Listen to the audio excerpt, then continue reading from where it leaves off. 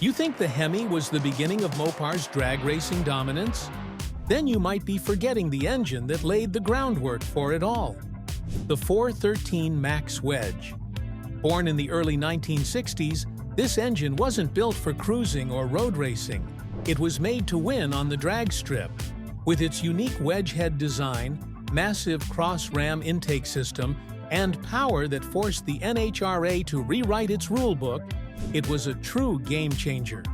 Before the HEMI became an icon, Chrysler had already created something even more dangerous. And yet today, it's nearly forgotten. So, what made the Max Wedge so special? Why did it fade into obscurity? And does it deserve to stand alongside legends like the 426 HEMI? In this video, we uncover the shocking truth behind the 413 Max Wedge. The engine that once made Mopar unbeatable on the strip, then disappeared as if it never existed. In the early 1960s, the performance war between American automakers was heating up. Ford, Chevrolet, Pontiac, and Chrysler all were locked in a horsepower arms race. But Chrysler had a problem. Despite having strong engineering and large displacement V8s, they lacked one thing: a dominant presence on the drag strip, where rivals were stealing the spotlight. At the time, drag racing was no longer just an underground hobby. It was becoming mainstream. Young Americans flocked to drag strips every weekend, cheering for stock cars running 13 to 14-second quarter miles. Chrysler knew the stakes. If they wanted to win back market share and capture the imagination of enthusiasts, they needed a weapon that could dominate off the line. And so, the Max Wedge project was born, built off the RB series engine block with a displacement of 413 cubic inches. But this wasn't just a tweak. It was a full redesign of the intake, exhaust, compression, and combustion chamber geometry to create a purpose-built drag motor. There was no subtlety. Chrysler designed this engine with a single goal: turn street-legal cars into strip-ready weapons. What set the 413 Max Wedge apart wasn't just its displacement. It was how Chrysler engineered every detail with a single mission: run the quarter mile as fast as possible. First up, the wedge-shaped combustion chamber, the reason for the Max Wedge name.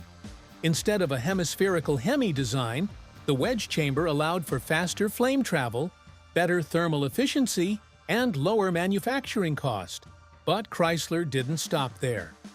Then came the cross-ram intake manifold, one of the wildest intake designs ever on a V8.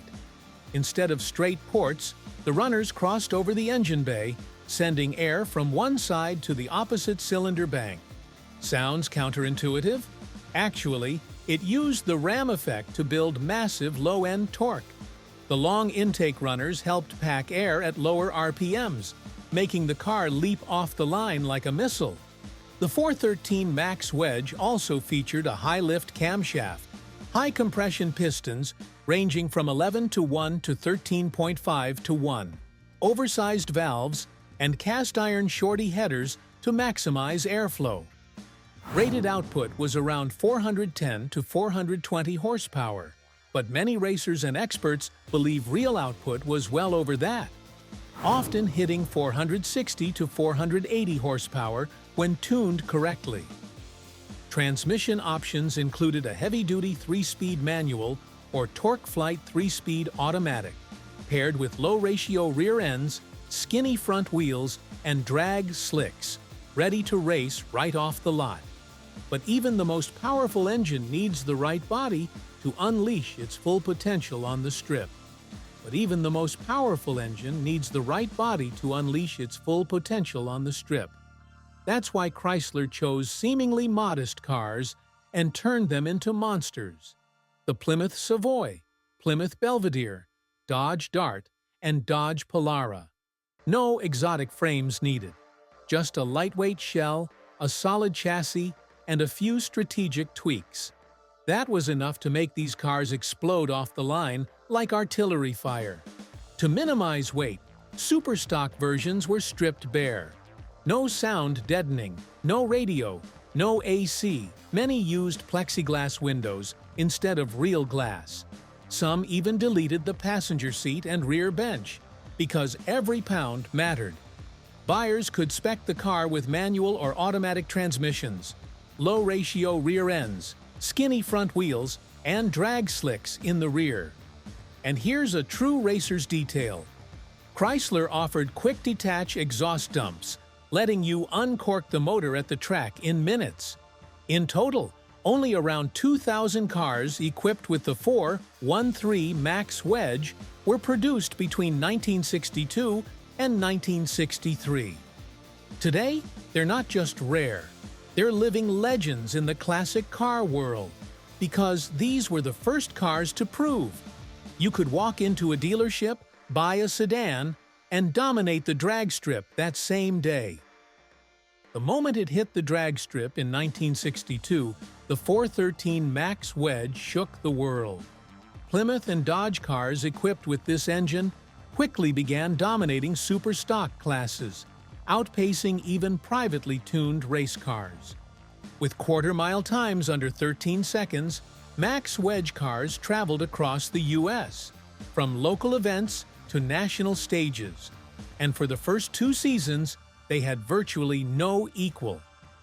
That's when the NHRA, the National Hot Rod Association, started paying attention.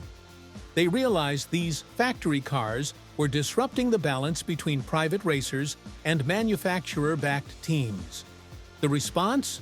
Rule changes.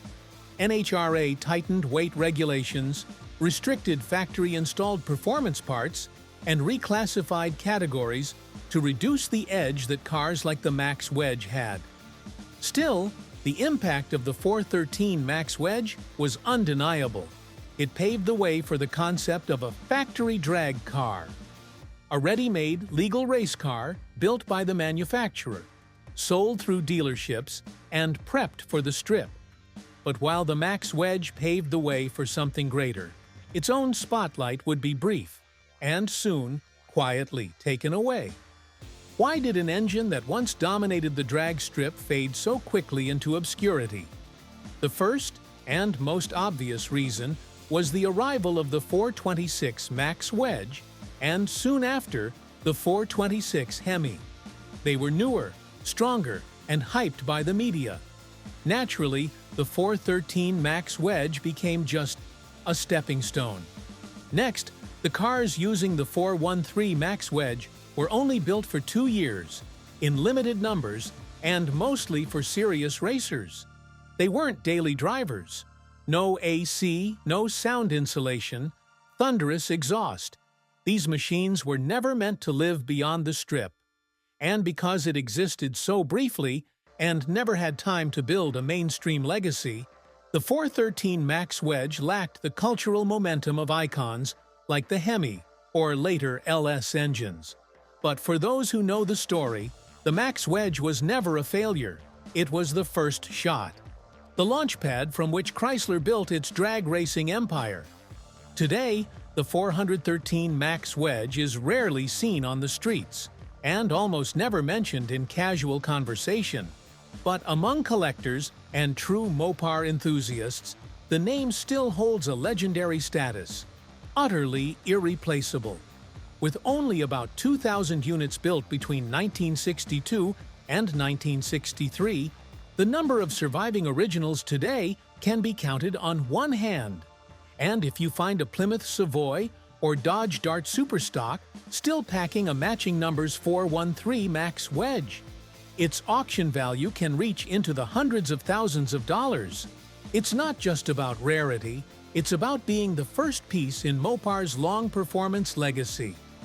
Without the Max Wedge, there would be no HEMI, no golden era of American drag racing. Today, vintage car museums and private collectors fiercely hunt for these machines, not to modify them, but to preserve every bolt, every weathered panel, like a living relic from a time when factories built monsters. And in a world increasingly dominated by electronics, the 413 Max Wedge remains a pure mechanical roar, wild, raw, and beautifully nostalgic.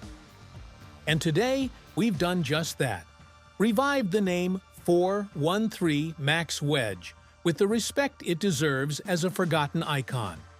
It may not have the fame of the HEMI, but the Max Wedge deserves to be remembered.